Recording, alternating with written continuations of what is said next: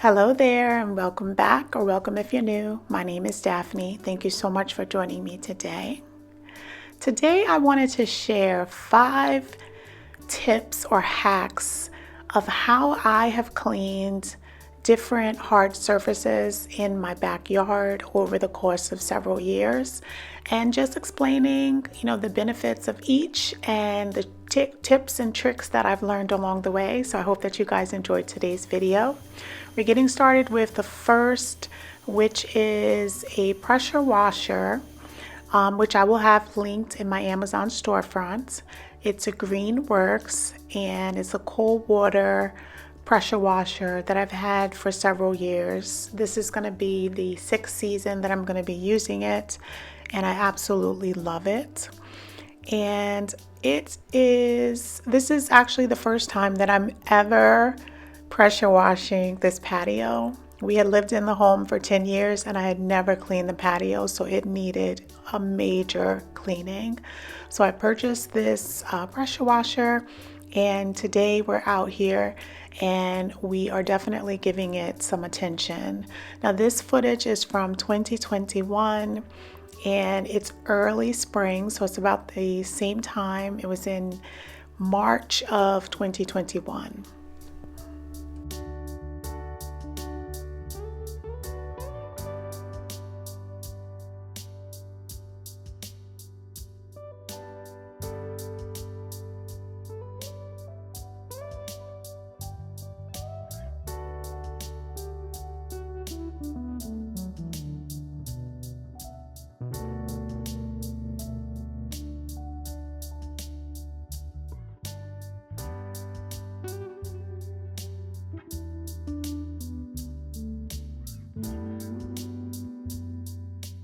So I know that it hasn't been washed in 10 years since I've been in the home, but I'm not sure if it was pressure washed prior to with the previous owner. But as you can see, there was so much grime and buildup on the patio pavers that this pressure washing was an adventure.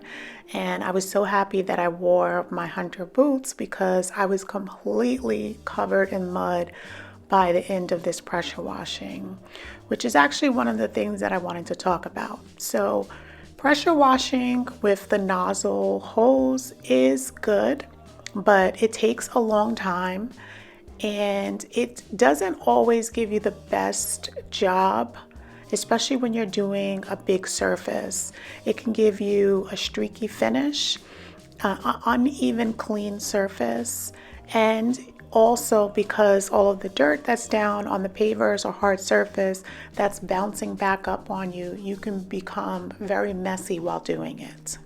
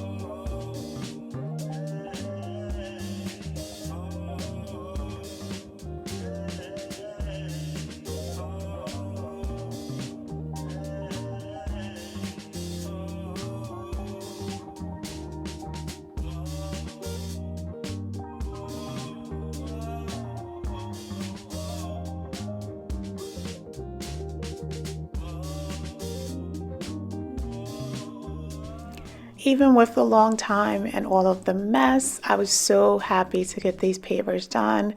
As I said, it was my first time ever pressure washing it, so any improvement to the grime that was down there was definitely well welcomed.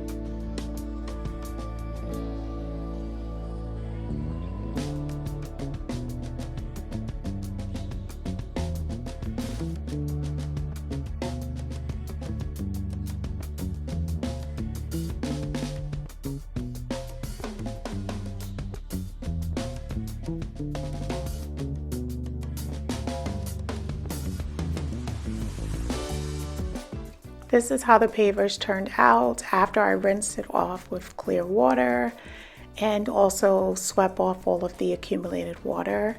I just wanted to mention inside of the pressure washer, I always use the Zep pressure washer cleaner, and that's the bottle. It's the blue bottle that I always get, and I use it, and it works really well on any type of surface.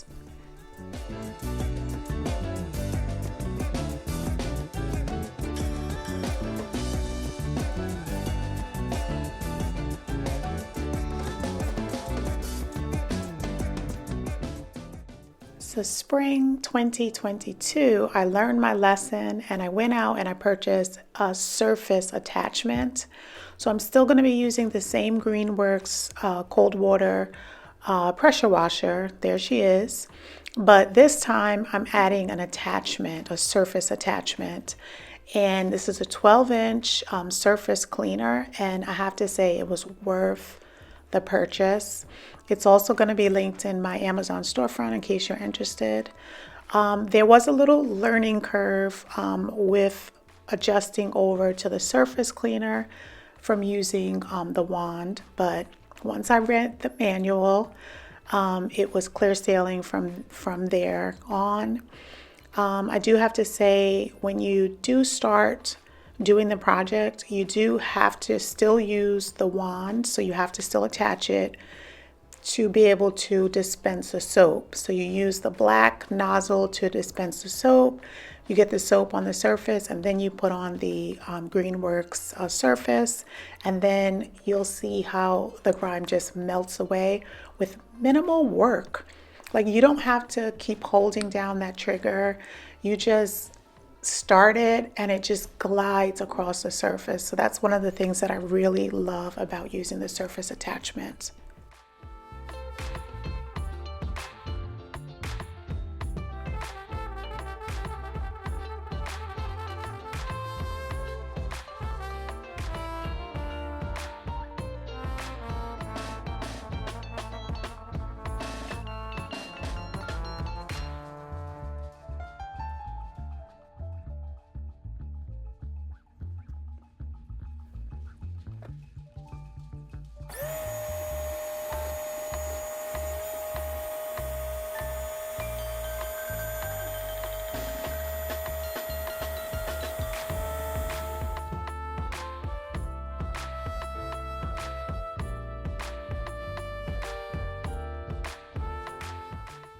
Leave me a comment down below if you do your own pressure washing of your patio surface yourself.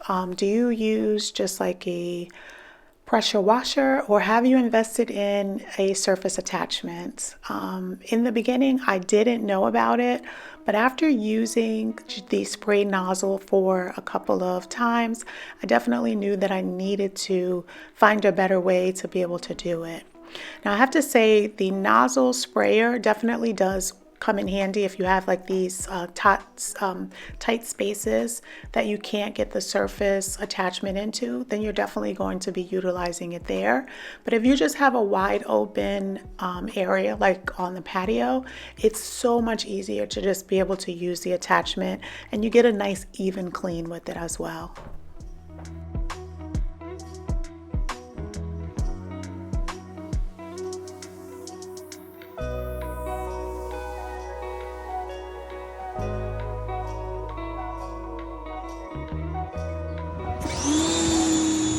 So I just wanted to give you a real-time view so you can see how easy it is and how it just glides across the pavers and how effortless it is. It really, once you press the button, it literally is just gliding across the surface.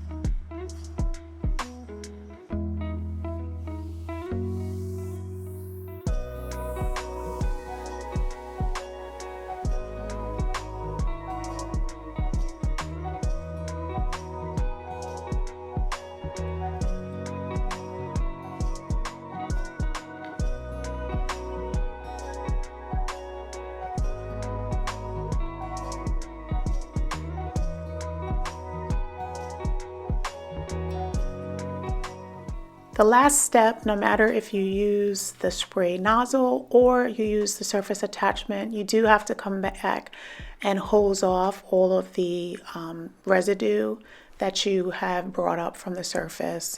So I usually get my garden hose out and I spray down the surface, and then I usually either go in with a deck brush or just a regular broom for outside, and I just get off all of the accumulated water, because you want to remember that your patio is always going to be pitched. If it's done properly, it shouldn't be a level surface. It should always be pitched away from the house. So in this case, all of the water collects towards the end of the patio, so that's why I have to be able to force the water off.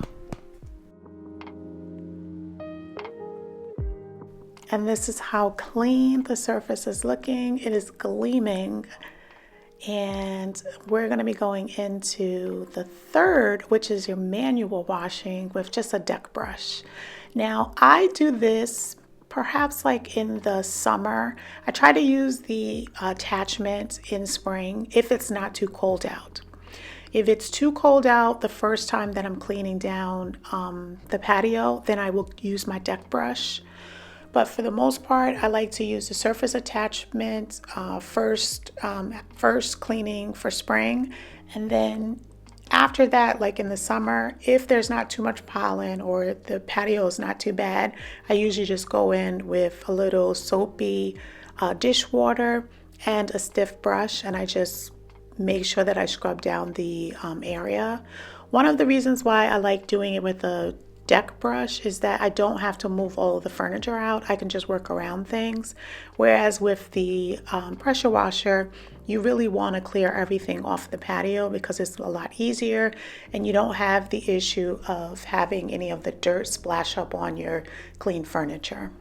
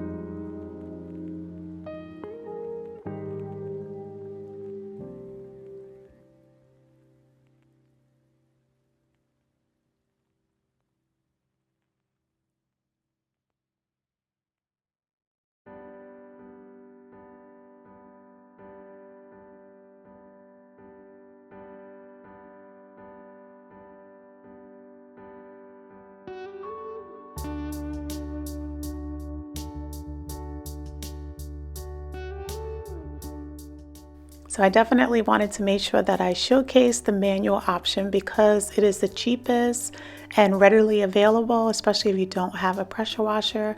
I didn't have a pressure washer for a long time, so I definitely understand it. But once I got one, I really understand the need for it, especially when you have a home. Now, the next area that we're going to be working on is the siding. And I had shared this in, I think, my last video on my outdoor channel. So I wanted to showcase how you're easily able to clean siding. So I'm giving you a close-up look here. This is the northwest side of my home, and it really gets hit with all of the prevailing winds, and whenever there's pollen, it definitely collects in this area. So I went inside and I just did a concoction. It's dish soap, bleach, and warm water. And I'm just manually spraying it so that all of the dirt and grime can loosen up before I get started with scrubbing.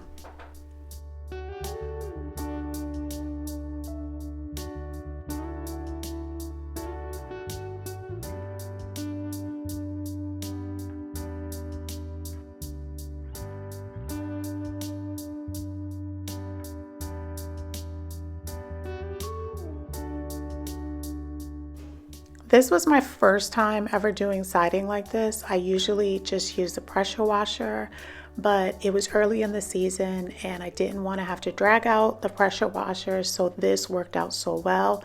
And after I finished it, I definitely was really excited that the results were so good.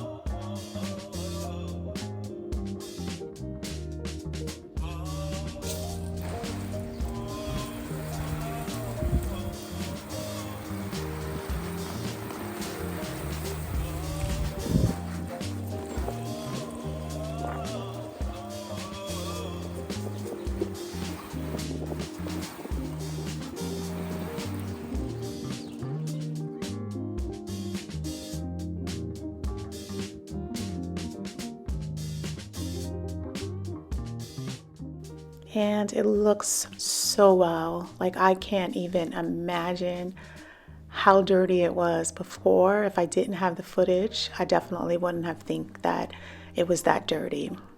So the next area that I wanted to work on is the fence, and this is going to be pressure washing a fence, which is a vertical surface with the trigger nozzle. Now this is a lot different than having the ground, like being able to hold the trigger on a downward facing motion.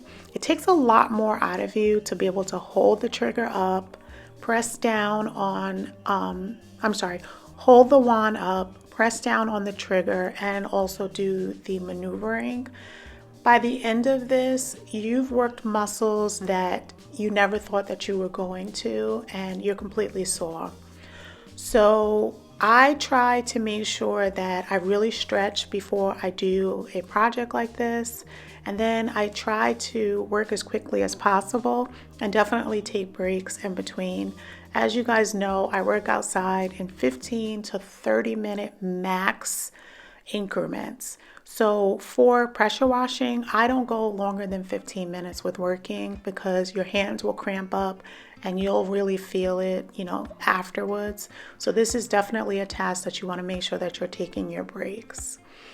I will say it works amazing. I'm using the same Zep cleaner here. One thing that you could do is you can put in a bleach mixture the same way how I used it when I was manually doing it. But I have to say the Zeps works really well whenever I'm using the pressure washer.